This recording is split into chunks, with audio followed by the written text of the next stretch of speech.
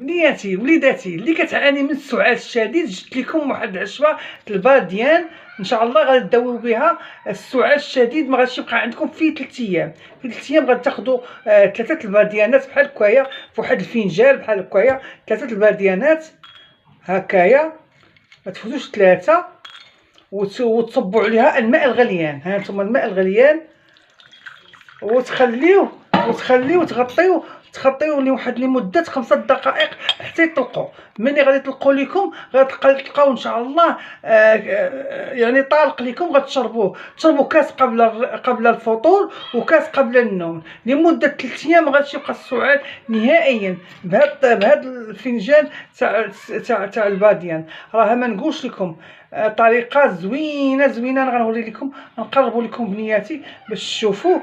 يعني فنجان من الصباح قبل الفطور، وفي فنجان قبل